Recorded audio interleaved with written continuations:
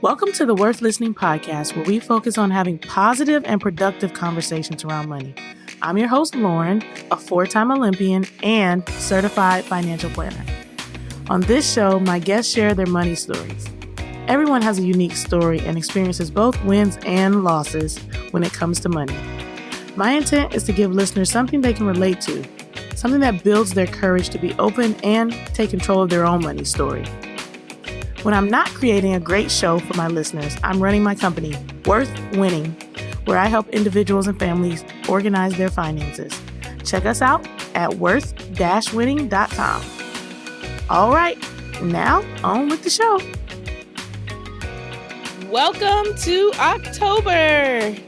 With all the craziness this year, I think it's safe to say that Halloween is no longer a scary holiday. I know many feel like they've been fighting in the zombie apocalypse all year long.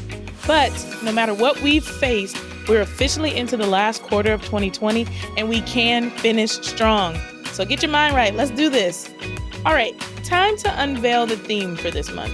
Drum roll, please. Haunted houses. Okay, slightly corny, but I am a financial planner, not a comedian, so give me a little slack. However, we are going to spend the month of October focused on all things real estate. So if you've been thinking about buying a home for you and your family or investing in real estate, you're going to want to make sure that you keep tuning in. To start things off, I'm excited to have Andrew Kerr here to share his money memoir with us. Andrew is the founder of FI by REI, which stands for Financial Independence by Real Estate Investing. He's also a nonprofit director and world traveler by day, and a serial house hacker and real estate investor by night. Andrew has an incredible story when it comes to real estate investing. He started his career in the real estate industry, but gave up his 6-figure income in order to pursue working in nonprofit, even though he knew he would be earning less money.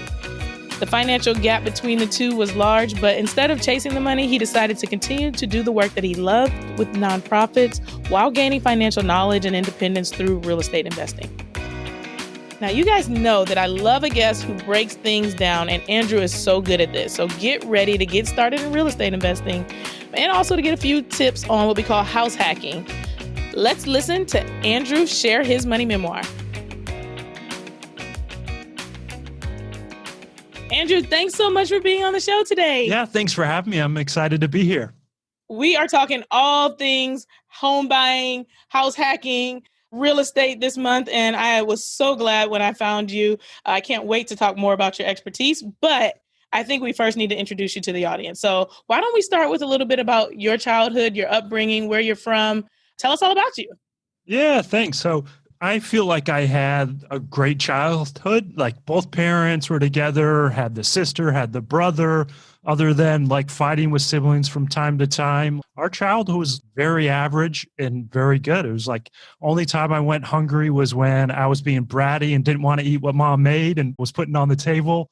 And life was pretty normal. And then when I got to high school, when I was a teenager, grew an attitude. If I liked the class, I got an A. If I didn't like the class, I got a D, just enough to pass. And that sort of brought me up to 18. But one of the threads that when I sort of look back, my dad was always like, you had a very entrepreneurial spirit from a young age, like always cutting lawns, did babysitting. I did this for, I think it was like 3 falls in a row where I sold potted chrysanthemums, where my dad would go every year to buy them wholesale to plant around the yard. And it was like, he was buying them for $1. I could go sell them for $2. And like the Home Depot was selling them for $3. So I was doing like door to door with my little red wagon at like 12 years old. And to me, it was just like, I need money. I want money. And like, I was 12 or 13 was like the last year I did it. And I made like $400 over 2 weekends, which, at the time I was like, I'm rolling in the money. So average childhood, like we weren't rich, we weren't poor, just very middle class. And like, I feel very fortunate for my parents. Like, I don't even remember them fighting. They said they fought all the time, but we had enough good things, or it was so bad I shut it out, one of the two. Right. What did your parents do for a living? My mom was pretty much always a homemaker once she started having us kids, but she'd pick up part-time jobs. She worked as a nail tech for a while and then worked at dermatologist office. And my dad was a sort of career IBM guy. Went to school, got good grades, graduate with an engineering degree, and then spent his whole life with IBM. And that was sort of his life. My dad made enough money where we were somewhat comfortable. And then what my mom did is her part-time jobs were so we could go to the beach for a week or two during summer vacation or drive back home to see all the aunts and uncles and cousins. So dad, white collar job. My mom sort of picked up what she could along the way. It sounds interesting. You said they fought all the time, but you don't remember them fighting. But it also sounds like you kind of knew their financial plan in a loose way. Mom's income was for the extracurricular or discretionary. Dad's income was to cover the must-haves. Did they talk to you about that kind of thing, or do you just kind of remember that? Or Not really. The only really thing I remember about money was just I wanted my own money, and I thought my dad was a tightwad. Now I'm looking back and I was like, man, he was making smart decisions. He bought the home with the 30-year mortgage. And then when he started making more money, he refinanced to a 15-year to try to get it paid off quicker. He'd buy a new car, but he'd drive the car for 7, 8, 9 years. So it's stuff that now looking back, I get what he was doing. But at the time, we didn't really sit around and talk about money. That was also nowadays, people go out to eat 4 or 5 times a week. When we were growing up, we'd order pizza once a month, and then we'd go out to eat only if it was someone's birthday. And that was like the eating out. And it was sort of, you could call it frugal, but when you're at home and you're having your chicken and you're having your rice and you're having your veggies with your meal, it didn't seem like things were tight at all. But yeah, we didn't really have that discussion around money. what about your siblings? Do you remember them being as entrepreneurial as you? Were you the saver and they were the spenders? Or tell us a little bit about how you all interacted. Yeah, so I was always scheming in the sense of how can I make more money? What's another little business or almost mini side hustle? I had my first real job at like 15 and a half. Our neighbor owned a pizza and ice cream store that I got my first job in. My sister was the bookworm, studied super hard, studied all the time. And then my brother was like the super creative, rambunctious child. But it was very different dynamics of how we went through things. And I was definitely the one that was more money conscious in the sense that at that time, I just knew I wanted more of it. Aha. You're just like very focused on the like, how do we get more so that I can do the things that I want to do? Or was it some specific goal that you had for gathering the funds? Yeah, I mean, I think at one point it was like I wanted to go to space camp, and then it was like, oh, I wanted a car because the car I was going to get was my dad's like 1988 Chevy truck that didn't look cool, when you're 16 years old. But so, yeah, it was just in that sense of like, I felt not like there's some giant goal, but a very much like teenage goal of like, I need the new shoes or I want the cool backpack, that sort of thing. All the normal things that teenagers want, but have to figure out how to get if they're not so inclined to have an allowance and got to just figure these things out. I definitely started working as soon as I possibly could. Your story resonates a lot with me. Yeah. All right. So tell us what happened next. We get through high school. What were the plans? Was there college on the horizon? Were there conversations had about what's supposed to happen in life after high school versus what did? Yeah, I tortured my parents is a nice way to put it. Times were very different. Like I graduated in 2000 and my dad, same thing, both sets of grandparents. It was like, they did the military, they got a good job and they were at that company forever. And that was sort of what my dad is. It's like you go to college and you get a good job and you stay with that company forever and they take care of you. And that 2000s, that wasn't quite happening as much anymore. It's definitely not around like it is today. So that really wasn't for me. I was thinking of the military. My mom was like, no, you're not going to do that. I wanted to do culinary school. They said, okay, have fun. We're not paying for that.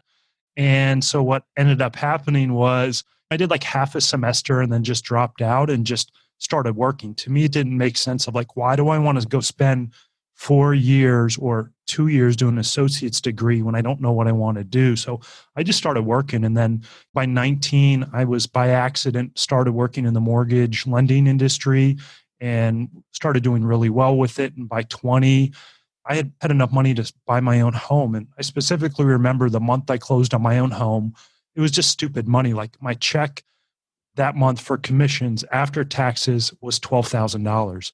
And it just blew my mind. Looking back, I was so foolish because I was like, man, I bought new furniture when I moved into the house, was like buying everything. My girlfriend at the time, I was taking out to eat like 4 or 5 nights a week. And I was just like, I still have money in my account and I know I'm going to have another commission check coming next month. The idea was just like, I didn't know what to do with the money. And it was all like, okay, let's go out to eat again because there's still more in the account. I didn't have that foresight of like, oh, let me buy more rental properties or let me start investing in stocks and equities and things like that. So that was sort of like high school, right after high school, and sort of passing on college and started working right away. So how did it change, or did it change from the no budget plan and the no plan to getting a little bit more focused? And was there kind of a life event that happened that made you turn things around, or? Yeah, so some of it was we had our own mortgage company. We grew it to 15 people, and then we just had very different work ethics. We started having conflict as partners. And one of the things I realized was like bad breakup at the time. I was making some good money, but I still felt like I was struggling and wasn't happy with life. My business partner and I weren't getting along. And then it was still just like, okay, let's reinvest in the business. We don't need to take out a lot, don't need a ton of money from that side of it. But it was just grind and just wasn't really happy with life. And I took a volunteer trip. It was like do the typical in your 20s vacation, go to the beach, drink way too much, get way too much sun, or go do a volunteer trip with another friend. And that volunteer trip just completely changed my life. That 1 week volunteering turned into 2 weeks to me leaving the mortgage banking industry altogether and put me on this path working in the nonprofit industry. And what happened there was my starting stipend was $800 a month. So it's like 6 figures a year to 20 grand a year. And then that's when things just started clicking of like, okay, I love this work, but I need to have a better financial future. So I need to get budgeting down. I need to understand investing.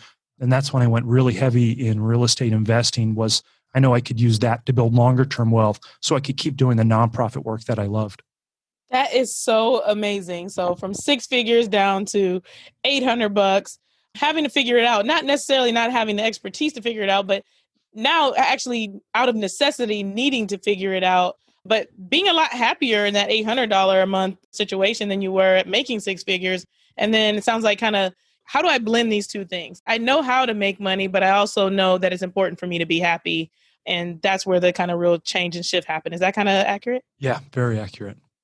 Oh my goodness, this is amazing. So tell us all about how it played out and what you're doing now. Yeah, so I guess that was 2008. So the past 12 years, I've actually spent in the nonprofit industry. I've done aid work in places like Kenya to Haiti to Indonesia and everywhere in between. And to me, that has just been absolutely life-changing. It was actually that summer in 2008 is where I met a wonderful, amazing, beautiful woman who we ended up dating several years later and ended up becoming my wife. And it just, from that side of life, made everything work. And I had this mortgage industry background. I was doing community development work from the nonprofit side. I knew realtors. I had a broad understanding of real estate. I knew insurance agents. I knew the banking side of things. And that's where I just started investing what little money I had and could save to start buying properties and started doing more house hacking. And then faithfully, I was a part of a Rotary Club, and I had a guy in my Rotary Club that basically I said, look, I heard you done real estate and investing. Could you give me some advice? And he said, Andrew, come on up to the country club. Me and Sarah will buy you lunch and we'll just tell you what we've done. And literally over this like 2-3 hour lunch, he's like, here's what we did in the 70s.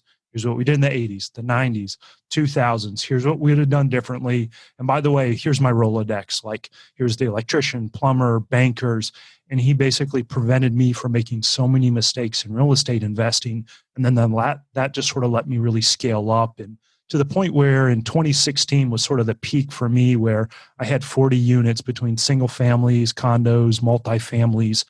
And that was sort of my peak there of real estate investing. And at that point, I started chasing a little bit of this dollar, where in the real estate world, a lot of the examples out there are not successful until you have like 50, 100, or 1,000 units under your belt. And what I realized was I didn't want the unit count. I wanted the cash flow and the financial security that gave me. So in 2016, when I got that to about to that 40 unit, I started selling off everything and then reinvesting passively in like larger syndication apartment deals.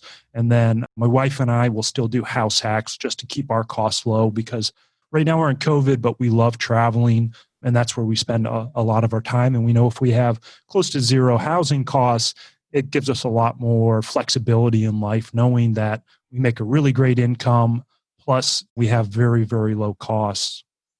You just said so many things. I know it's a lot in there. Just such an interesting individual. So I want to first circle back to you finding the gentleman and him deciding to have lunch with you. That resonates with me so much because that's what this podcast is about. I want nothing more than for people to feel comfortable having discussions about money topics. And that's exactly what that gentleman did with you. It wasn't about the dollars and cents and I make $1 million and I got $1 zillion in the bank or blah, blah, blah. It was like, here's the strategy. Here's what worked and here's what didn't work. And by simply passing on that information to you, it, one, lit a fire under you, but also it gave you education and knowledge and expertise so that you could go ahead and continue on that path. So kudos to that gentleman. And that's what this podcast is all about. So now we're wanting you to share your knowledge with us. So first thing I want to circle back to is real estate investing. So it's a term, it's pretty broad. You mentioned house hacking, you mentioned doing syndications. Real estate investing in and of itself, if you had to kind of summarize what that was for somebody, because I think there's a lot of terms that people just kind of throw around willy-nilly now, and everybody's like, oh, I want to, start investing in real estate. I want to start house hacking. I want to get passive income, but they don't really know what that means. They just hear it a lot. So can you just kind of start by breaking down kind of those commonly used terms? Yeah, I'd sort of divide it into 3 buckets, right? So there's house hacking, which basically means I am going to make a different choice with my primary residence. So that way my primary residence generates income to help lower my overall housing costs. And there's multiple styles and ways to do that. And then sort of the next bucket is more actively investing in real estate. So that's, I'm going to go buy a single family or a duplex, or I'm going to go buy something, I'm going to own it, I'm going to manage it myself or hire a property manager, but I still need to be there to manage it from week to week or month to month. And then there's a more passive side. And sort of the best ways to do that is just to invest in a publicly traded REIT, a real estate investment trust, or to, if you can find one or get to a level where you're considered an accredited investor, you can invest in a syndication where there'll be a very more experienced person who's going to say, look, we're going to go buy this $20 million apartment building. We need $5 million for the down payment and for the renovations. We're going to bring on 100 sort of silent investors, and everyone will throw in some money. And then that return gets divided up. And then the sponsor who put the deal together gets a return for managing the deal and has some upside in it as well. So those are sort of the 3 big buckets. I would say if you look at real estate, it's house hacking, which is generating income from your primary residence to offset your housing costs, the actively investing in real estate, and then the passively investing in real estate. Can you talk a little bit about the kind of time investment for each of the 3? You mentioned the syndication and kind of being a silent partner. So it sounds like not a lot of time, but maybe a lot more money. So what kind of boxes do you need to check to be able to, before you pursue each of those 3 different options? Yeah. So the house hacking is a lot of work up front and a lot of work over the period of time. Active investing is a lot of work up front and a fair amount over the long term. Passive is a lot of work up front, very little work over the long term. So with passive investing, if you're just going to invest in a publicly traded REIT, that's pretty easy because there's tons of analysts out there that go through everything for you. You can just look at their feedback on it. If you're going to invest in a syndication, the way I sort of look at it is I look at 3 things, right? So who's the person putting together the deal? Do credit, do background on them. What's their track record? Have they done this before? Are they trustworthy? Do they have the experience? The second is, what's the geo area? What city is it in? Is it in Dallas? Is it in New York City? Is it in Denver? So you sort of need to analyze that area as well. Is this a good area? Is there job growth? Do I feel like the overall market is going to do well over the next 5, 10, 20 years? And then the third piece is just actually analyzing what they're buying. So they're going to buy this 200-unit apartment complex. They're saying that the average rents are $800, but they should be $1,000. So you just need to go and use tools like a Rent-A-Meter and a Zillow and verify all their assumptions and make sure that deal sort of fits your criteria. So, you might have to put in 15, 20, 30 hours of work up front on that due diligence, and then you invest your money. And then it's really just checking in every quarter when they send out the quarterly reports and say, great, they said, here's how much money's coming out to us. Yes, that hit my bank account. I'm going to look at the reporting. They're hitting all their goals. Great, no problems. And that's sort of it from that side of it. I love it. I love it. I love it. Can you talk a little bit about education necessary? So you just mentioned maybe 15 to 30 hours of research done up front before you do that. How do you even know what to research? Where should someone go to find the information, and just the time commitment it takes to get the education to even know what you're researching, to know a good investment from a bad investment? Because one of the things I think we bump into quite a bit is people just kind of thinking like, oh, everybody does real estate. Oh, I know I can go to a bank and get a pre-approved, and you feel like that's it. Like, and someone tells you it's a good investment, you're like, gotta be a good idea. And then you jump off the ledge. So where should you be looking to get that information and education? Yeah, and that's where most people get hurt is they don't do the research and the due diligence. So, I mean, the 800-pound gorilla in the room is bigger pockets. I think almost anyone that is in the real estate space has heard of them. It's a great resource to learn all the different background parts of real estate investing. And then outside of that is you just have to look at some different tools. Some of the free ones are like Zillow, Trulia, Rent-A-Meter, so you can sort of gauge some estimates. Luckily, we live in the US, which is a pretty amazing country, even with all its faults. There's so much data out there. There's census data, there's economic data. So it's pretty easy just to type in like Denver job growth, and you'll find tons of resources of other folks that have analyzed the market. They do projections on it. So you can look at sort of that thing and sort of say like, great, that helps with the research side. But from the real estate specific side, I mean, bigger pockets is really sort of the best place to be out there. I love it. I like it so much. Now, that's really helpful to give people information for where they should start, because there's definitely a big gap there in not being willing to invest the time in addition to the cash and the effort in order to get into these real estate opportunities. So you've created something called FI by REI, so financial independence by real estate investing. And financial independence is something that I think a lot of people don't know a whole lot about, but you've mentioned earlier that you're still doing house hacking, that you all love to travel, and so you keep your expenses low. Tell us a little bit about the kind of decisions that you've made to be able to keep expenses low, what financial independence means to you, and kind of how that all works as it pertains to real estate investing. Yes, I mean, the basic idea with financial independence is to have, and you could go down a huge rabbit hole with that. So there's all these different levels of financial independence, but basically we had gotten to this point back in 2016 where it's like we had enough income coming in and enough investments where we knew our housing costs, our food, auto, our basic core set of expenses would be covered.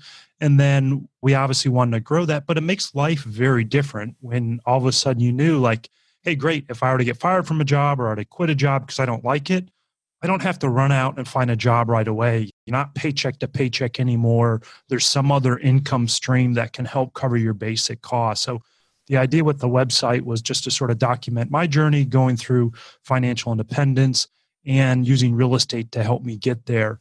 But what my wife and we got married probably 2 years ago now. I think our anniversary is the 25th of September. So, and we've been dating and very serious before that. So when we started getting more serious, I had owned tons of real estate. She had never owned a house. I sort of convinced her on this idea of like, let's do a house hack together and start building. You had your money, I had my money, but building wealth as a couple. And think what would happen if all of a sudden we no longer had housing costs. We had moved to New Orleans together. We immediately started renting a place. We'd been to the city before. We loved it, but it's very different living there. So we were renting a place for $14.50 a month. And I said, this is 20 grand we're spending. She wasn't super keen on the idea of house hacking to begin with. And what I sort of said to her is, what would happen if all of a sudden we had our housing costs cut in half? I said, that's 10 grand to go travel. And then it was just like, oh yeah, that's a pretty good trip. And I was like, well, what would happen if we had a deal where we had like zero housing costs? And it was like, that's 2 killer trips. And then she was pretty much all on board. And that first house hack we did together, we had this whole building, we renovated it, we turned it into 3 nicer end apartments. We lived in the upstairs, 2-bedroom, 1 bathroom, and we had 2 apartments downstairs we rented, and we had an old barn garage building we converted into a studio guest house. And what ended up happening is, some folks feel like house hacking is a sacrifice. And my wife wasn't going to let me do that. I mean, we had original 1920 hardwood floors that were restored. She had like $18-20 a square foot marble in the bathroom. Mind you, it was a small bathroom. She had like the 60-gallon soaker tub, the farmhouse sink. So we could get all those creature comforts and amenities. And because it was just us, we didn't need a ton of space. But all of a sudden, we went from having $1,500 a month in housing to zero, to where in some years with that house hack, we were pocketing 8 to 10 grand a year. And it's pretty crazy what happens to a relationship when your biggest expense disappears and how that helps financially. I don't know if, since we've been married even before that, if we've had a fight about money. Like normal couples, you have fights about other stuff, but when you don't have a fight about money, life is definitely a lot easier. And by having your biggest expense gone. So that's sort of how we use house hacking and the approach that we take with it.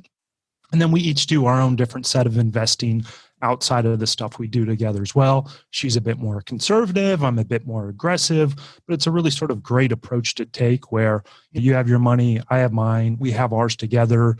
And the stuff we do together has helped eliminate some of the biggest financial stressors people have in their life.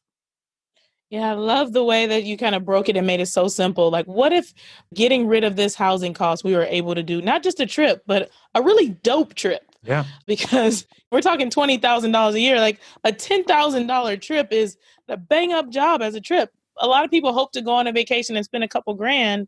If you could get really serious about your saving to be able to get the opportunity to get through the door and get one of these multifamily properties, it could be a game changer. So it's a lot about like kind of saving on the front end. Like, what was kind of the investment that had to be made, or the way that you needed to set up your saving in order to even get access to a property like this? Did you need to have good credit or X number of dollars in the bank, or what was it that allowed you even into the door for this? Yeah. So I'll use my second house as a reference. So I did an FHA loan. I had to put 3.5% down. I think I bought that property for like 90 grand. But just as an example, if you're trying to buy a $200,000 home and you use an FHA loan, you need 3.5% as a down payment. So that's 7 grand. And even if you're sort of in those earlier stages of life of struggling, most of the folks that I talk to, they're going to get a $1,000, $2,000 tax refund check. So it's like, save that, go drive for Uber for a year, and then you get your next refund check. And now you've got 7 grand, 8 grand to use for that down payment on a house. And then just go buy a house that has some ability to generate income, whether that's a walkout basement that you can rent out, it has an apartment above the garage, or it's a small multifamily property like a duplex. And then that FHA loan will let you buy the property really cheaply without a ton of money. And then you can have that income potential. Now, if you're a veteran, use a VA loan because they have 0% down. Then there's a lot of other resources out there for other programs. But I mean, that could be an hour show all on its own. Right. Yeah. In and of itself. No, that's super helpful.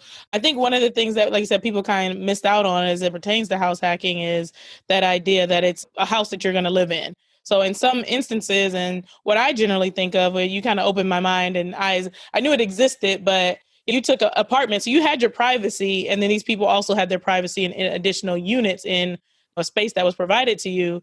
But sometimes it's a single family home and you're renting out a room in that home in order to be able to house hack to get yourself going. Yeah, that's a roommate style house hack. And really, it's just called having roommates. I mean, it's a smart decision if you can do it. But I mean, that doesn't work for everyone. It works if you're young, you're single, or maybe your spouse is okay with having several roommates. I mean, that's like the early stage in life, right? Where now the house hack that we're in, all in, this house is worth about $500,000. It's a duplex. We have a 3-bedroom, 2-bathroom on our side.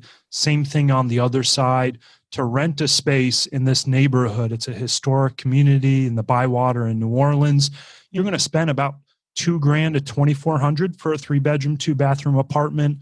Our all-in cost, because of the tenant on the other side, has us around $700-800 a month. We made a change there, but I've got like the French Quarter is less than a mile away. We can get there in less than 5 minutes. You've got the location. You've got all of this stuff out there. So it just gives you a lot of opportunity. And with this property, we used an FHA loan as well. That way we could use some cash we had to renovate the building. So there's a lot of options out there. And it's not just that roommate style. of house hacking. There's so many more options out there. I did a really great ultimate house hacking guide for the 5 by Rio website where we dive into the 6 main different styles. And there's some that are better suited towards the young folks and some that are better suited for families and everywhere in between. That's wonderful. I think one of the things you brought up too is the idea of the FHA loan, and you're living in the house that you're doing the house hack with. But when you get to owning 30 or 40 properties, as you said, or units that you have in the past, at some point, does the FHA loan go away and you need to be able to find other options, or can you use a FHA loan for 40 different properties? Yeah. So while you have the FHA loan, you can't get another one. So what you can do is you can refinance out of it. And that's what we did. So we used the FHA loan to buy the property, and then we refinanced out of it after we did the work and had the higher appraised value. And then it also helped us get rid of the mortgage insurance. Now, after we meet the requirement of living here for the year, if we want to go buy a new property that we are going to live in, we could use an FHA loan again. Got it. Yeah, I think that's super helpful for people to know.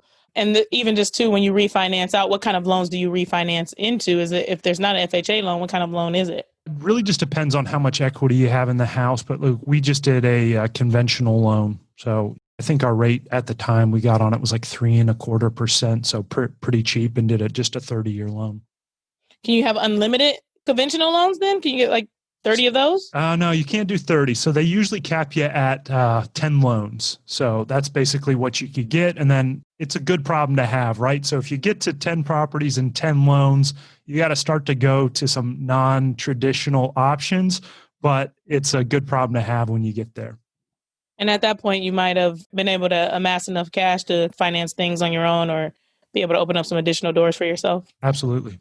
This has been so wonderful. You've taught us all things real estate investing today. Is there something else from the real estate standpoint that you think the listeners need to know? I mean, house hacking is the biggest and easiest way to get started. So if you really want to dive into the real estate investing space, do a house hack because it teaches you about buying a property, managing a property, getting stuff fixed, learning to work with tenants, learning to find tenants. Even if you don't want to manage the tenants yourself, you have to find a property manager, hire a property manager. So it's a great way to like wade into the shallow end and be like, okay, I like this. Now I'm really going to go forward, or realize, no, it's not for me.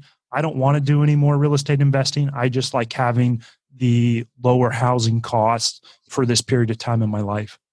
One of the things we didn't talk about was the horror story. So you having bought and sold so many different types of properties and lived in different places, et cetera.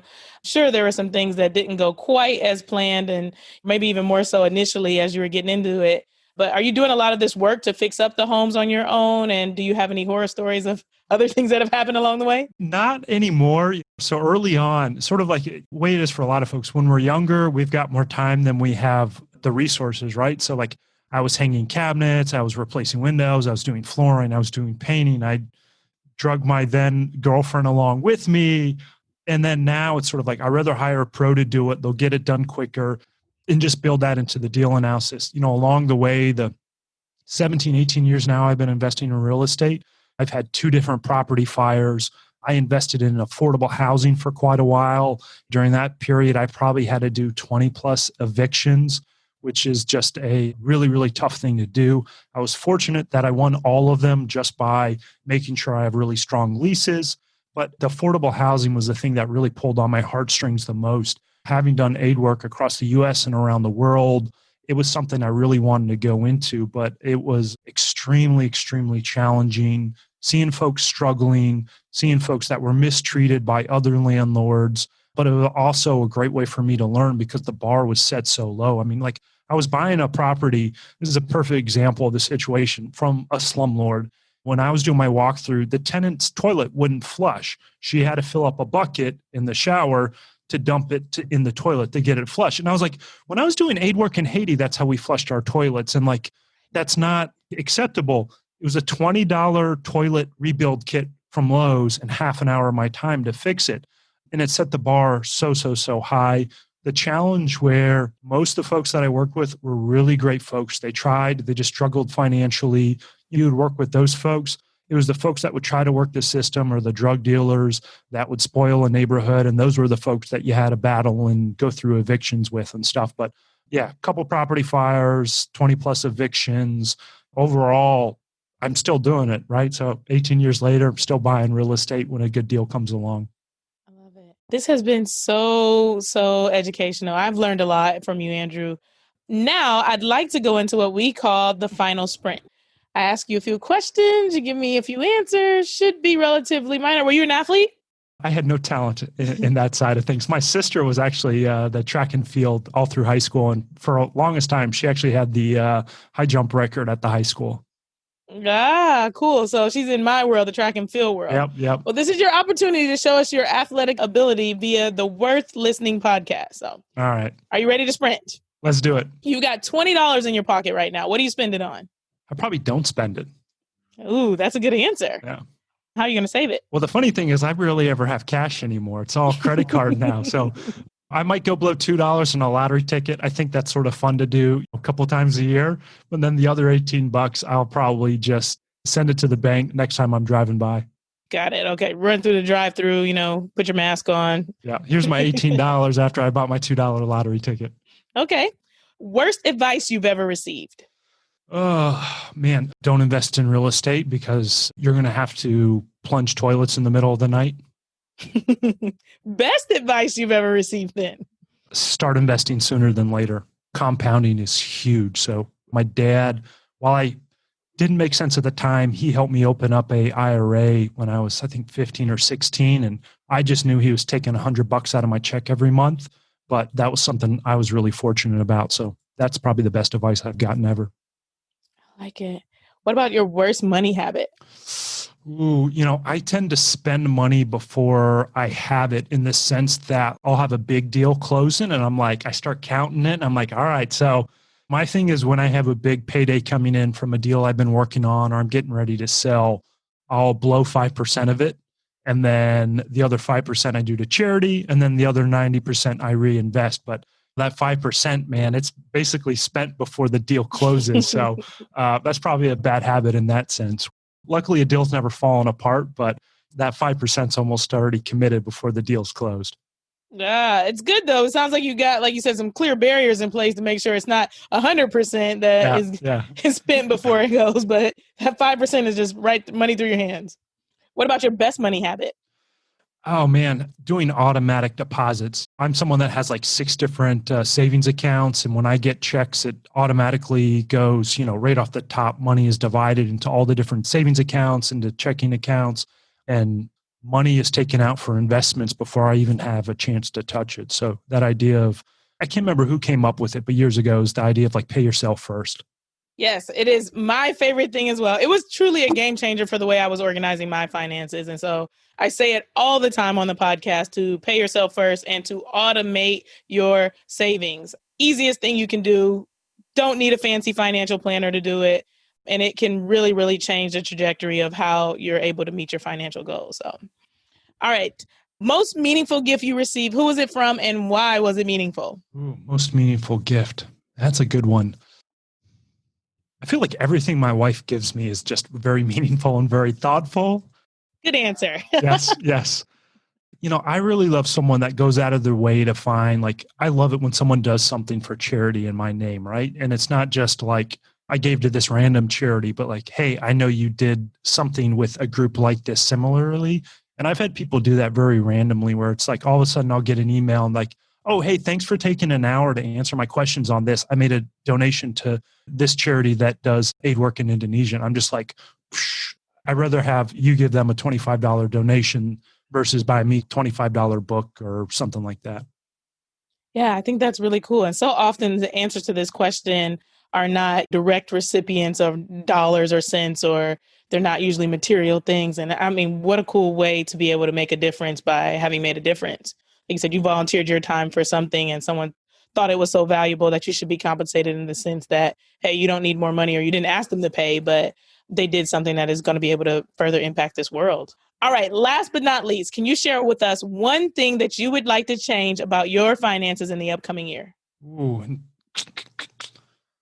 Yeah. Not just change, but improve. Improve. Oh man, I need to get a new QuickBooks, FreshBooks set up I have a new business venture I started working on maybe about 2 months ago. And All the receipts are in a folder. I just need to get them actually start using QuickBooks and everything for that, where all my real estate stuff, we have it automated and we have stuff to track it and I can pull the P&L on it really easy. But with this new one, I've just been dreading like going in and creating the chart of accounts and starting to log everything. So that's what I need to change with my finances here in before the end of the year, I'll say. All right. So what's the action item that's going to help you get to that goal? Ooh, I like this. You're giving me my action items, my next steps, man. I need to go. All right. As soon as we're done, I'm going to go sign up and set up a new account on FreshBooks. All right. You guys heard it. So you can find them on Instagram, Twitter, etc. DM them and say, hey, did you do what you said you're going to do after that podcast? Yes. Hold me to it. All right, Andrew, you have made it to the finish line. You are, in fact, the champion. You're standing on the podium. Ooh.